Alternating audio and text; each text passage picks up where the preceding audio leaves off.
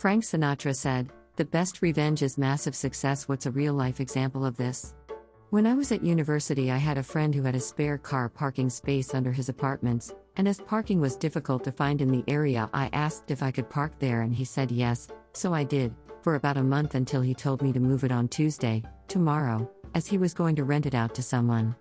I told him I wasn't around until Wednesday morning. We had some sort of text argument, but I literally said thank you. I'll be happy to pay how much you want for the day, but I'm not physically back within 24 hours. Anyway, I get back Wednesday morning, and I've got a flat tire. I was young, I thought it was just an abnormal thing, so I pump it up and drive off, and while traveling at 60 miles per hour lose the steering and nearly crash. Tire's flat again, it's got a puncture wound.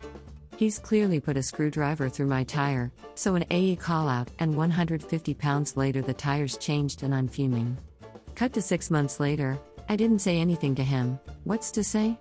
And there's a party at his one-bedroom flat and I've been invited. Weird but okay. We turn up, I'm enthusiastic to see him. Neither of us bring up the car. I feel like he thinks he got away with it, that I don't know it was him. I was told by a friend after the incident that he did do it. As the party is in full swing, I stole his microwave glass tray, his oven metal grill from inside the oven, I stole at least 4 left shoes, I took the power cable to his Wi-Fi router, and I took the plastic stopcock from inside his toilet cistern just before we left.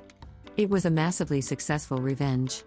Apparently he was complaining to mutual friends for months. I never told anyone about it, I just nodded my head and said, "Oh, that's a shame." I went to a Christian college, not necessarily by choice, but whatever. Sex is a big no-no. I got involved with a girl I shouldn't have gotten mixed up with, wanted to end it. She told me she was pregnant and forged enough evidence to truly convince me. Turns out she wasn't, but whatever. Out of stress and anxiety, I told my roommate about it. He blabbed about it to his girlfriend, who then reported me to some school council that ended up expelling me for sexual immorality, JFC. I thought my life was over. Far from it. I hustled my ass off, finished school online, eventually, got an awesome job, hit 6 figures pretty quickly, met my wife, had a kid, bought a home, and I'm doing better than ever. Last time I heard, he was a struggling shift manager at a Domino's store near the school we went to. Married that snitch of a wife too, but I guess that's punishment enough for the rest of his life. He reached out to me for some career advice a few years ago, and I just gave him some interview tips and wished him well. Good riddance, Activision, believe it or not. In order to get the funds to fund the sale of the original Atari console, the founders of Atari sold shares of the company to Warner Communications, who treated their game programmers particularly badly. Treated as only engineers instead of game designers, Warner refused to pay bonuses to those who made higher-paying games and refused to allow anyone to get credited for their work to avoid their competitors from making offers to poach them from Atari. It was also done to keep production costs to a minimum as per Warner's wishes. In 1979, Atari spread around a memo in their offices as a form of brainstorming tactic to see what kind of games their staff should work on next, and 4 developers, David Crane, Larry Kaplan, Alan Miller, and Bob Whitehead, were incredulous to see that they were treated as badly as everyone else in their 35-man team, despite solely being responsible for 60% of all profits for Atari for a number of years.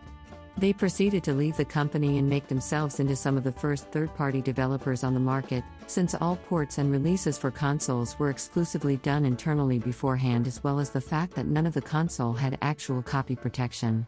Atari would take major financial losses due to mismanagement within the company, as well as other developers making cheaper games for the console without paying royalties to Atari, while Activision is now basically evil incarnate since Bobby Kotick bought it in 1991.